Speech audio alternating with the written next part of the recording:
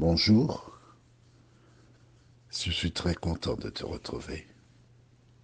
Aujourd'hui, tu vas mieux comprendre pourquoi j'ai pris le temps de t'expliquer le projet qui consistait à tuer tous les petits garçons en finalité.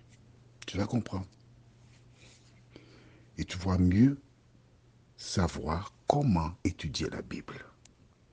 Aujourd'hui, nous verrons la sœur du juste avant. Prions.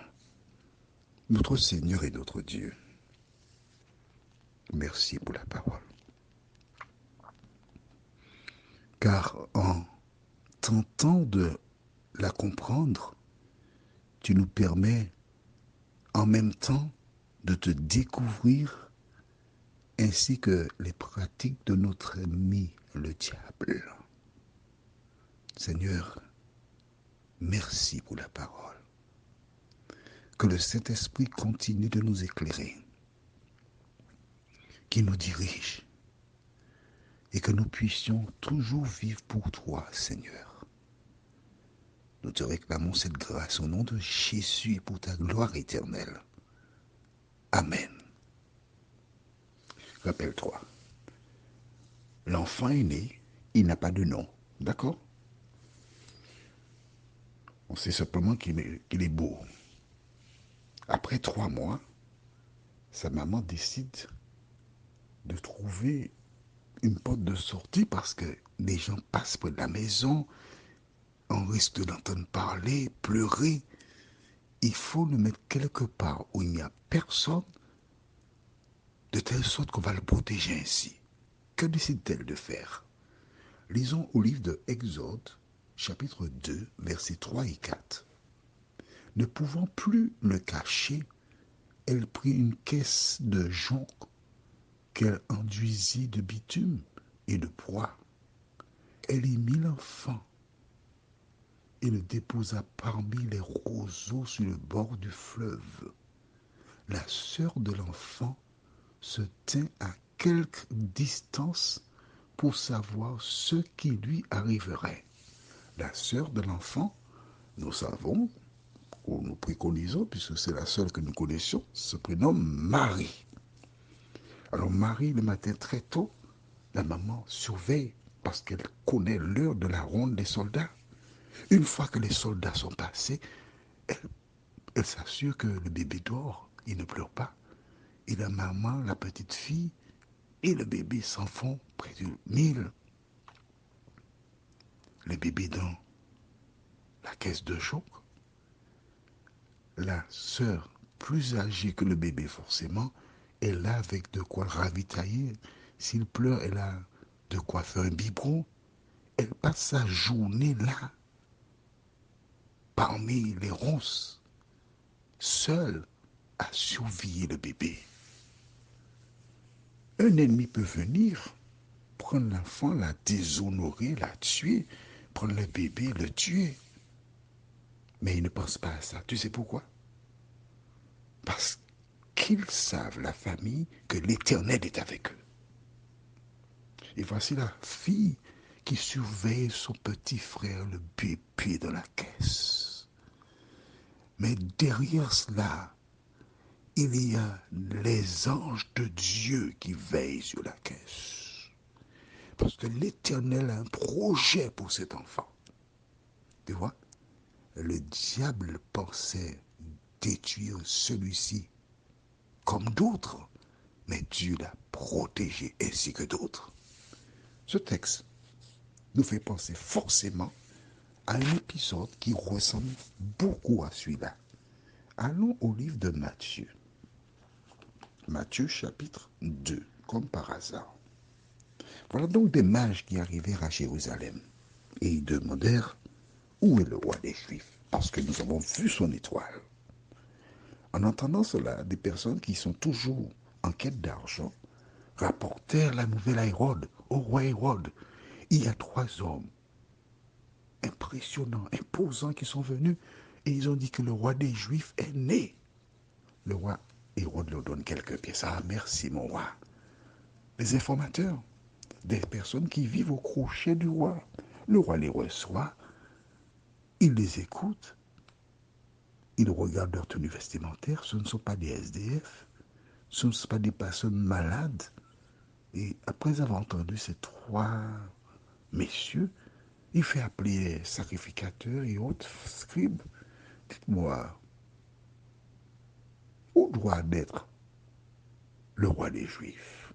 Et ils répondirent de manière unanime, à Bethléem. Oh, il y a donc un roi des Juifs qui doit naître alors. Ah, ah, d'accord. Et écoute bien ce que je te dis, d'accord? Il a l'information, il la donne aux mages.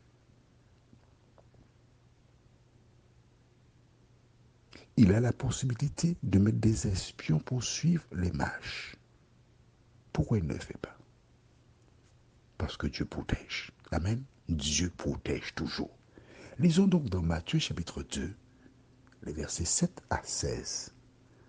Alors Hérode fit appeler en secret les mages et s'enquit soigneusement auprès d'eux depuis combien de temps l'étoile brillait. Puis il les envoya à Bethléem en disant, allez et prenez des informations exactes sur le petit enfant. Quand vous l'aurez trouvé, faites-le moi savoir afin que j'aille aussi moi-même l'adorer.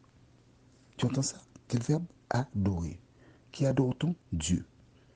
Donc, les mages lui ont dit, nous sommes venus pour l'adorer. Il a entendu, il a cru. Il dit, moi aussi, je veux l'adorer. On est d'accord? Bien, nous continuons.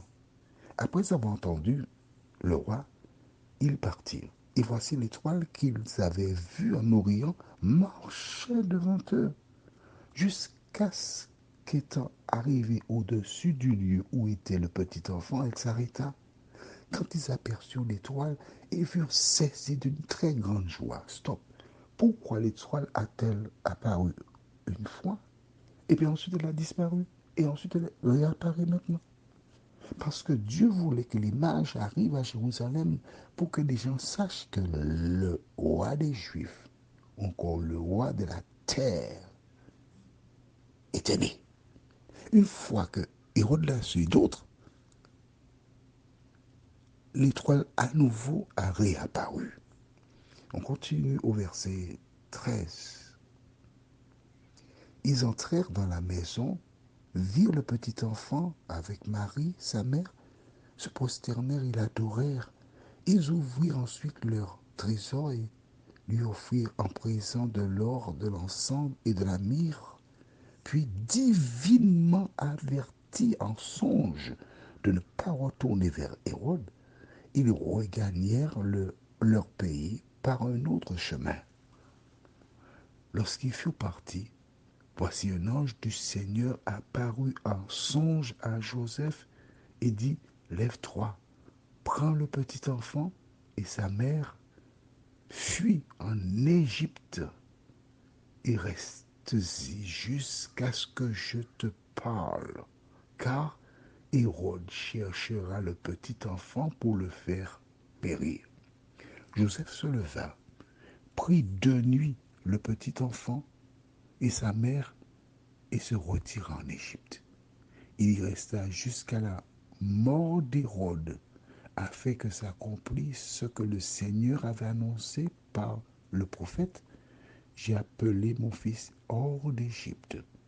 Alors Hérode, voyant qu'il avait été joué par les mages, se mit dans une grande colère et il envoya tuer tous les enfants de 2 ans et au-dessous qui étaient à Bethléem et dans tout son territoire, selon la date dont il s'était soigneusement enquis auprès des mages. As-tu compris ce qui s'est passé? Étant donné que Hérode n'a pas eu l'information, il a été fait mettre à mort tous les enfants de 2 ans et quoi? Mais c'est là, on a le... Tu n'as pas vu ça là? et au-dessous. Donc, c'est-à-dire que d'un mois, tous les enfants sur tout le territoire, ils ont été tués. Tu comprends maintenant? Tu comprends pourquoi? Là, Hérode a fait tuer garçons et filles, tous les enfants, dit-on. Mais là, c'était les garçons. Le même diable qui incita Pharaon, parce qu'il pensait que le libérateur était Jésus, à jeter maintenant les enfants de le Nil, c'est le même qui utilisa Hérode pour tuer les enfants de 2 ans et en dessous. Prions. Seigneur, merci pour la parole. Merci parce que nous suivons pas à pas la marche de l'ennemi vis-à-vis des enfants de Dieu. Et nous croyons, Seigneur, que la parole est une lampe à nos pieds véritablement. Merci de continuer ton œuvre en nous. Nous t'avons prié au nom de Jésus et pour ta gloire éternelle. Amen. Je te souhaite une bonne journée en attendant de te retrouver demain, si Dieu nous prête vie.